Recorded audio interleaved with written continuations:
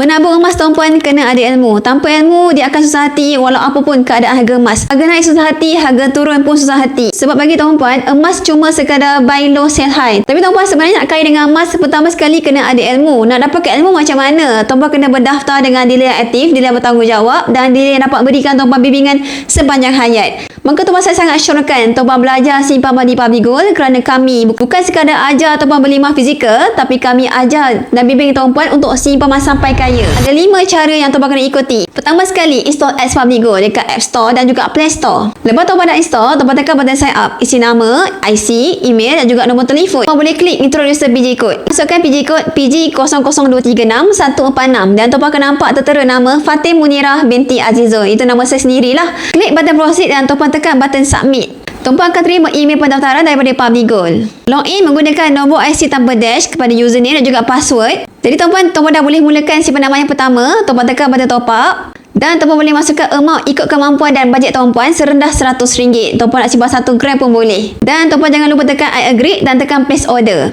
Dan tuan-puan akan nampak declaration form, tiklah pada 3 bahagian ni tuan-puan dan tuan-puan terus tekan submit. Dan tuan-puan boleh teruskan dengan pembayaran ikut apa yang bank yang tuan-puan ada lah. Tak semestinya kena pakai Public Bank. Dan grab emas tuan-puan akan bertambah dekat akaun gap tuan-puan tersebut. Dah selesai dengan simpan emas yang pertama, jangan lupa kontak balik saya untuk saya jemput tuan-puan ke grup support saya untuk tuan-puan belajar banyak ilmu kewangan dan juga ilmu emas supaya tuan-puan dapat capai matlamat tuan-puan 1 kilogram 1 keluarga. Apa tunggu lagi? Jom saya bantu tuan-puan simpan emas di Public Gold sampai kaya.